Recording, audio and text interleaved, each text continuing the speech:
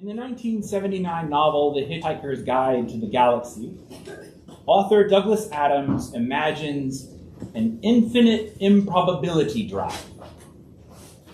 The drive enables instantaneous travel across the universe by bypassing traditional physics. It works by making highly improbable events like traversing infinite distances actually happen, allowing a ship to exist in every conceivable place simultaneously before selecting a destination. A side effect of this process is infinitely improbable things are conjured out of thin air around the spaceship's operation. And an unfortunate sperm whale is, against all probability, called into existence several miles above the surface of an alien planet. What follows is an abbreviated record of its thoughts. Hello? Oh, it's a whale. Why am I here? What is my purpose in life? What do I mean by who am I? Calm down, get a grip. Oh, this is an interesting sensation. What is this? It's a sort of yawning, tingling sensation in my... Well, I suppose I'd better start finding names for things if I want to make any headway in what is, for the sake of what I'll call an argument, I will call the world. So let's call this my stomach. Then the whale discovers wind, the whistling, roaring sound going past. And finally, the whale discovers ground, the thing suddenly coming towards me very fast. I wonder if it will be friends with me. The rest, Adam writes, after a sudden wet thud, was silence. Adams concludes by pointing out that a bouquet was also conjured up next to the whale. Curiously enough, the only thing that went through the mind of the bowl of petunias as it fell was, "Oh no, not again." Adams was a radical atheist, but not exactly material for an Easter morning. But I imagine the thoughts of those women on that first Easter morning were not far from those of the whale and the petunias. Mary Magdalene and the other Mary, in the Gospel of Matthew's telling, are less than second-class citizens. Less than second-class, not even citizens, scraping by in the occupied territory of an oppressive empire. They joyously followed an itinerant prophet from Nazareth, the foretold Savior and even King, who showed them another way. They found that yawning, tingling sensation in their stomachs of new life, of freedom, of grace. They felt the whistling, roaring wind of change, salvation, and peace. Until the night, their found community of forgiveness and friendship and love met the ground. Oh no, not again. And so that morning they made their way to the grave of Jesus to mourn the loss of their leader, their teacher, their friend. Then, in the Gospel of Matthew's telling, the ground quakes. The sky itself cracks.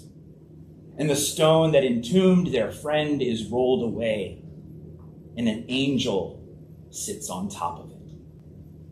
The powers that be are stupefied, and the messenger from heaven explains in the first Easter sermon, a portion of which is recorded here. Do not be afraid. See, a long time ago, God created the heavens and the earth. The patterns you notice, the processes you see, all these rhythms around you, God did that. The Spirit breathed music into the void and created everything you see. Well, not everything. See, you got creative too. You emerged gloriously from these same patterns and processes and rhythms, this divine music. And you miraculously began to create, to sing your own songs. You made politics and economies, created culture, and you built it all on top of that creation. And it was wonderful. And you were good for a time. But then you confused all that for the way things really are. You imagined the domination that is your politics was only natural and forever. You imagined that the exploitation that is your economy was inevitable and eternal. You imagined the selfishness and cruelty that consume your culture and even your faith was ordained of God and unchanging. But things don't have to be the way they are. They're just what you've managed to make of them. Among many things, that's what Jesus taught you. This, what you see, is not the way things have to be. He showed you a still more excellent way. And you loved him for it. The world, however, insisted on its own eternity and killed him for it. But see, he's not here. The ground itself quakes under your feet. The sky cracks. What you thought was fixed now moves. The world is being transformed, recreated, and you along with it. The stone that entombed Jesus has been rolled away, and with it, the stones that held you down and held you back. He lives, and you with him. The rest is not the silence of death, but music. Magnificent music of abundant, resurrected life. So go and sing to the Lord a new song, at once human and divine, God's and yours.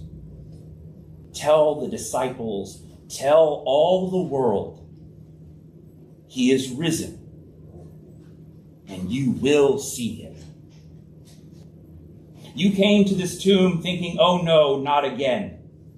Your world collapses again and again in domination and exploitation, in selfishness and cruelty. It is the way of sin and death, a seemingly endless cycle at which you can only look and sigh, oh no, not again. But see, this stone has been rolled away. And in fear and great joy, you will proclaim with Jesus and all the angels, never again. That feeling you had of new life, of freedom and grace, that whistling, roaring sound of winds, change, salvation, and peace, that community of forgiveness, friendship, and love you knew, it's all real. And this morning it's yours. Happy Easter.